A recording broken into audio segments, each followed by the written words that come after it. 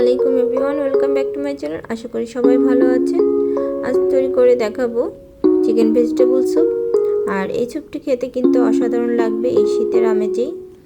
তো দেরি না করে অবশ্যই একবার হলেও বাসায় ট্রাই করবেন শীতের সবজিটা থাকতে থাকতেই।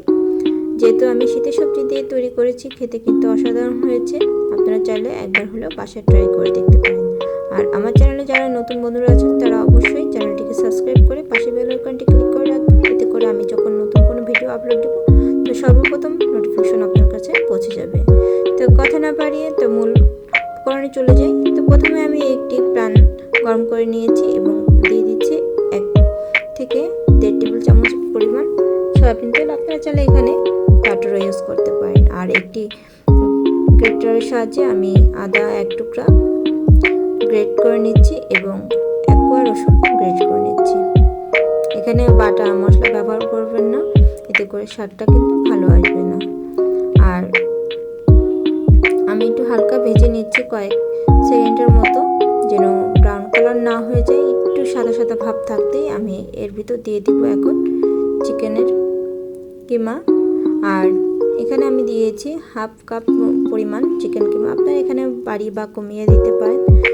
চিকেনটাকে এখন আমি একটু তেলের উপর ভেজে নিব হালকা, বেশি ভাজার প্রয়োজন নেই। কোনো জিনিসই আমি লাল করে আসলে ভাজবো না, এতে করে কালারটাও নষ্ট হয়ে যাবে এবং খেতেও ভালো লাগবে না। এরপর দিয়ে দেবো স্বাদ অনুযায়ী লবণ। আর লবণটা অবশ্যই বুঝে শুনে দিবেন, যেহেতু এর ভিতরে সয়া সস যাবে, অন্যান্য সস যাবে। তো আমি লবণটা দিয়ে একটু ভেজে নিচ্ছি। আর এর ভিতরে এখন দিয়ে দিব ছোট ছোট কিউব করে কাটা গাজর। আর গাজর কিন্তু আমি অল্প পরিমাণে দিচ্ছি, এখানে আসলে কোনো মেজারমেন্ট আমি ইউজ করিনি, জাস্ট অল্প পরিমাণে দিলেই হবে। যেহেতু এটা স্যুপ, চিকেন ভেজিটেবল স্যুপ, তাই আমি অল্প অল্প করে প্রত্যেকটা সবজি দিব। তো গাজরটাকে একটু সটে করে নিয়ে এখন দিয়ে দিচ্ছি পরিমাণ মতো পানি।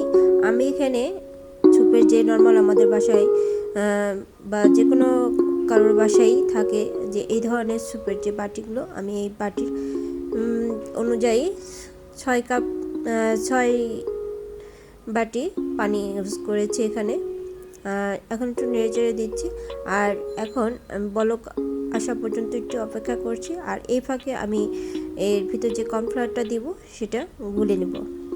তো আমি এখানে একটি ছোট একটা বাটিতে পানি নিয়ে নিচ্ছি।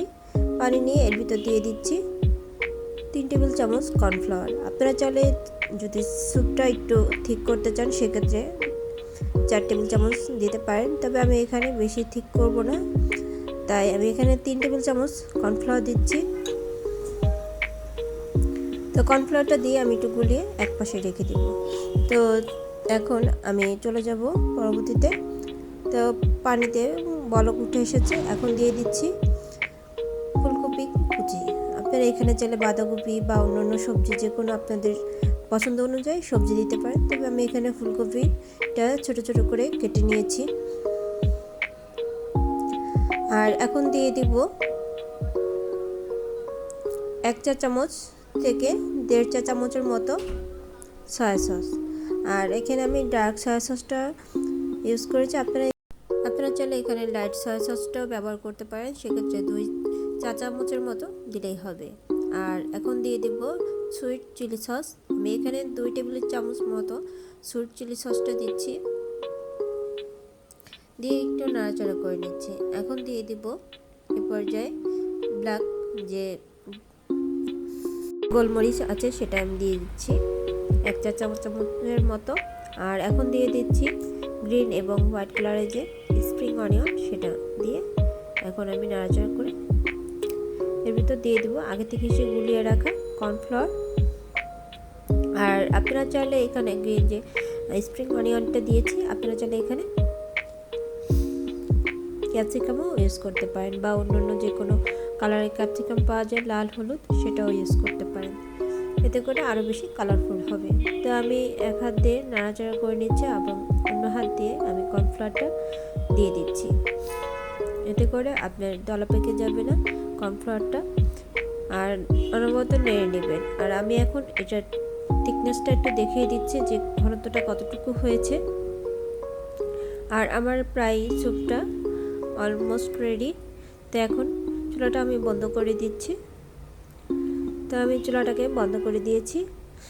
আর এখন একটু সার্ভ করে দেখিয়ে দিচ্ছি যে কতটা সুন্দর হয়েছে দেখতে এবং মাশাআল্লাহ খেতেও অনেক মজা হয়েছে। তো হয়ে গেল খুব সহজেই, দেখলেন তো। এই শীতের আমেজেই চিকেন ভেজিটেবল স্যুপটি খেতে কিন্তু অসাধারণ লাগবে।